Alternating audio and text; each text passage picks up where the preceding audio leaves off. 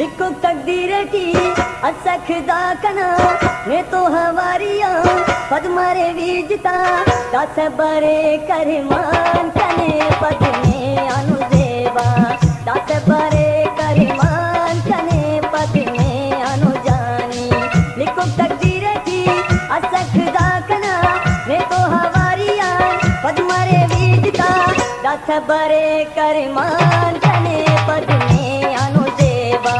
दास बरे करमान कने पद में अनुदेवा।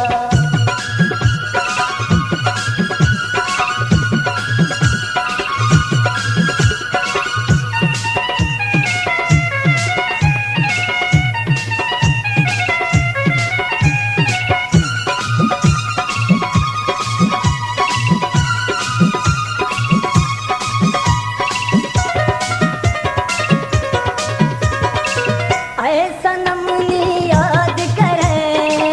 हवली खो मिलेंगे नना सुने ही उन्हीं हमार ऐ खड़ी कर लेंगे नना तू सुने ही उन्हीं हवार ऐ खड़ी कर लेंगे नना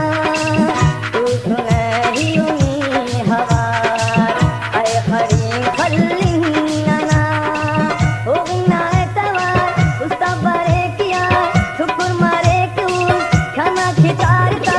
दास बरे करमान कने पद में अनुदेवा दास बरे करमान कने पद में अनुदेवा लिखो तकदीर की अचख दाकना मैं तो हवारिया पद मारे वीजता दास बरे करमान कने पद में अनुदेवा दास बरे करमान कने पद में अनुदेवा।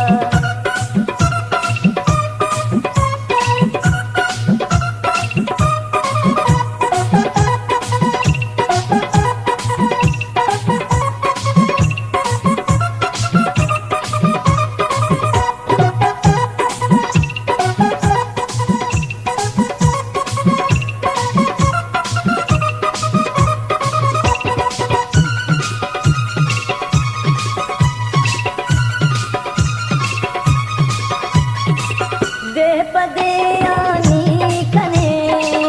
दोस्त बरे से दिल रुबा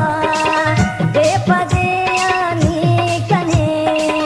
दोस्त बरे से दिल रुबा देव हमारे ही काव हरा मैं जिता उसका खना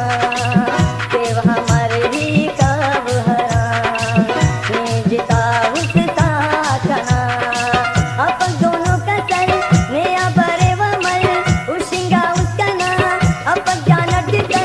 दास बरे करमान कने पद में अनुदेवा दास बरे करमान कने पद में अनुदेवा लिखो तकदीर की असख दाकना मैं तो हवारिया पद मारे वीजता दास बरे करमान कने पद में अनुदेवा दास बरे करमान कने पद में अनुदेवा।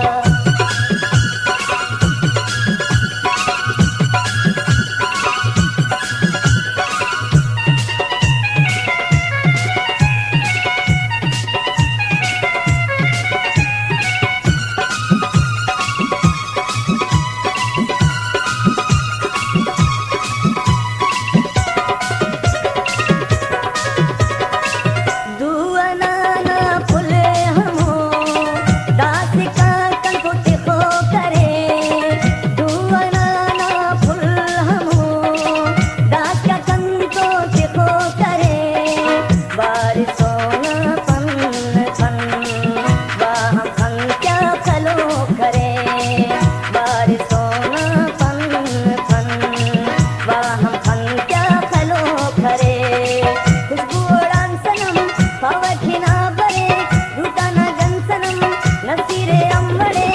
दास बरे करमान कने पदने अनुदेवा